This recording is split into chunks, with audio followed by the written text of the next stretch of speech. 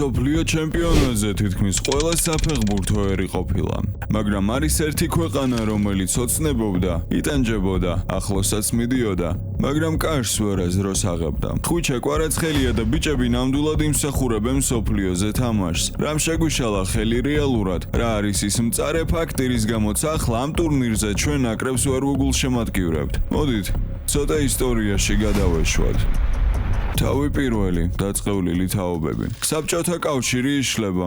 საქართველო დამოუკიდებელია. ქვეყნისთვის იწყება ახალი ეტაპი. 1992 წელს საქართველო FIFA-ს წევრი გახდა, თუმცა 1994 წლის მსოფლიო ჩემპიონატის შესარჩევში ჩვენი ნაკრები არ დაუშვეს, რადგან საკვალიფიკაციო ციკლი უკვე დაწყებული იყო. იმ დროს ბევრი ტოპ-დონის ფეხბურთელი ყავდა და ვინიც ის, რა შანსები გვექნებოდა მონდიალზე. ფონად 90-იანების საქართველოა, უშუქობა, ქაოსი. არველაძეები, ქეცბაია, იაშვილი, კინკლაძე. ჩვენ ყავდა ფეხბურთელები, მაგრამ არ ჰქონდა სისტემა. ყოველ ჯერზე ერთი და იგივე. საქართველოს მსოფლიო ჩემპიონატზე დღემდე ვერ შეძლო კვალიფიკაცია, მიუხედავად იმისა, რომ ყველა საკვალიფიკაციო ციკლში მონაწილეობდა. 1998 წლიდან მოყოლებული. გურამ კაშია, ჯაბა კანკავა, ჯანო ანანიძე, ოქრიაშვილი. ისევ ახალი თაობა. ისევ იგივე პრობლემა.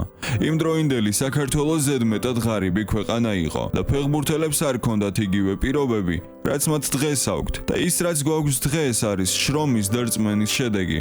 ამიტომ, როდესაც ეს ახალი კვარაცხელიას თაობა მოიგებს მონდიალს, ამაში ბევრების წვლილიც იქნება. თავი მეორე.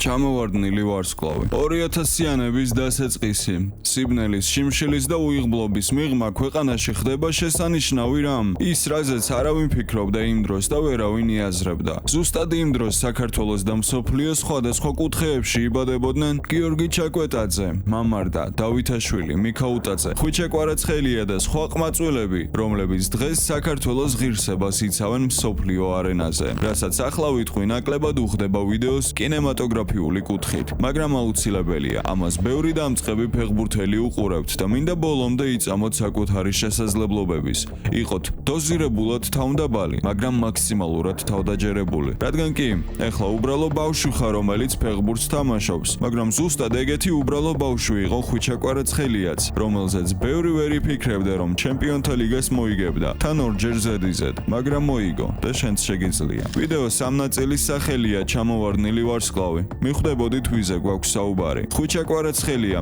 ქართული ფეხბურთის ნამდვილი იმედი და რეალური ძალა. ის ჩემთვის უპირობოდ გენიოსია და მისი კავშირი ღმერთთან ჩემთვის აშკარაა. ასეთ ადამიანებს შეუძლიათ რწმენა დათესონ იქ, სადაც ამის გაკეთება შეუძლებელი ჩანს და მან ეს გააკეთა. დათრგუნულ და მოწყენილ ნეაპოლში, შემდეგ ბოლომდე განადგურებულ და უიმედო პარიზში. და რაც მთავარია ჩვენ ქვეყანაში, ჩვენ ნაკრებში ყველას ვაფასებთ. ყველა ფეხბურთელს და აბსოლუტურად ყველა სტაფის წევრს.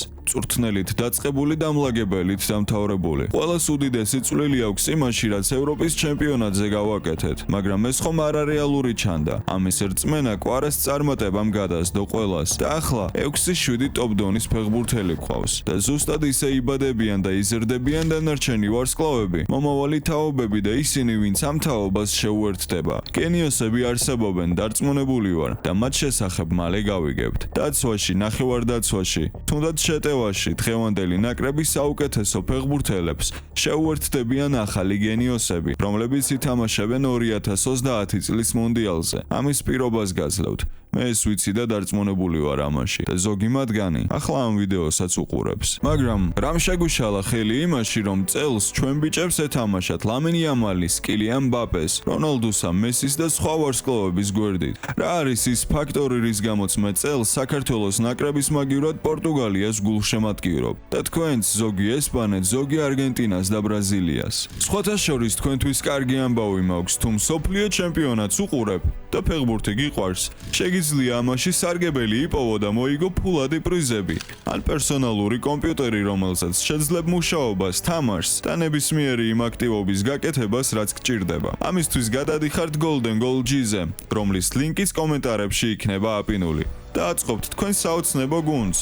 ჩემი ნაკრები ასე გამოიყურება. საინტერესოა, როგორ გუნდს აწყობთ თქვენ. ირჩევთ იმ ფეხბურთელებს, რომლებშიც დარწმუნებული ხართ, რომ შედეგიანები იქნებიან და ყოველ გატანილ გოლზე, ასისტზე და მშრალ თამაშზე თქვენ გეწერებათ ქულები.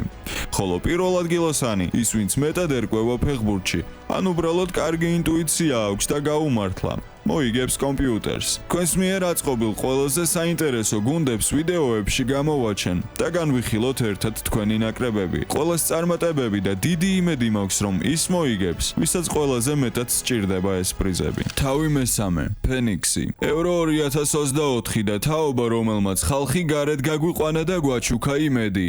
რთული მატჩები, ემოციები, გაერთიანებული და ბედნიერი საქართველო, რაც რეალურად არ არის ხშირი მოვლენა. პენალტების სერია, გამარჯვება პორტუგალიაზე და უამრავი დასამახსოვრებელი მომენტი. ჩვენი ფეხბურთელების ფასები აფრინდა კოსმოსში. მამარდას უკვე ეძახიან მსოფლიოს ერთ-ერთ საუკეთესო მეკარეს. კვარაცხელიასთვის და მიქაუტაძესთვის გრანდები იბრძვიან. და იქ ვართ, სადაც სულ გვინდოდა ყოფნა. ვუყურებთ და ვგულშემატკივრობთ ჩვენს ნაკრებს მსოფლიო დონის არენაზე. სხვა ნაკრებებთან. სულ უფრო და უფრო მეტ ბავშვს უყვარდება ფეხბურთი და საქართველოს ქუჩები კვლავ ივსება ბურთის მადევარი ბავშვებით. ერთა ლიგა, დამარცხებული ჩეხეთი და ალბანეთი, მოპოვებული 6 ქულა. ვართ ლიდერები, წესით ალიგაში წავალთ. ასე ფიქრობდა საქართველოს მოსახლეობა.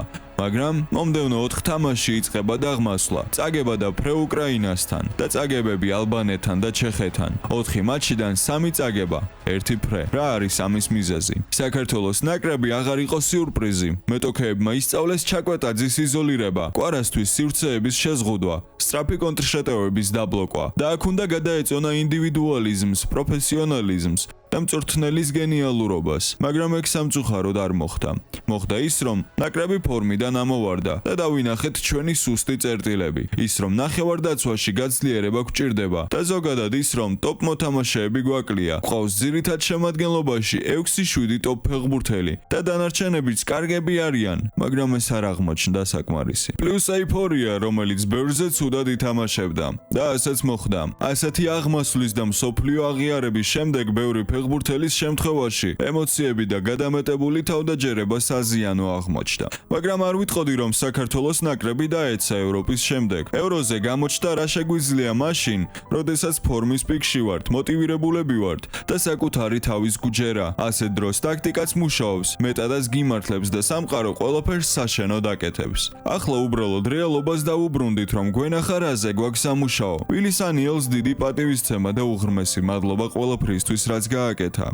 მაგრამ ლუის ენრიკეს მაგალითზე ვხედავთ და ხვდებით, რამდენად მნიშვნელოვან როლს თამაშობს მწვრთნელი და მგონი დროა დავემშვიდობოთ სანიელს. თუ მოგწონთ ის, რასაც ვაკეთებ და გინდათ ეს შრომა დაგვიფასოთ, აუცილებლად დაალაიქეთ ვიდეო. ჩვენი მიზანია 2500 მოწონება. საინტერესოა შევძლებთ თუ არა ამ ნიშნულზე ასვლას. ასევე გამოიწერეთ არხი. შევეცადოთ ამ უმაგრესი ვიდეოს შემდეგ 64000 გამომწერზე ასვლა. მადლობა ყველას, ვინც ამ წამს ეს პატარა თხოვნა შეგვისრულეთ. როდესაც ეს ვიდეო დააგროვებს 2500 მოწონებას, გამოვა მეორე ნაწილი. ამიტომ ყველაფერი თქვენზეა დამოკიდებული. მადლობა ყველას, ვინც ამ ვიდეოს ბოლომდე უყურეთ და წარმატებები Golden Goal-ის გათამაშებაში. დარწმუნებული ვარ, რომ გაიმარჯვებს ყველაზე ღირსეული.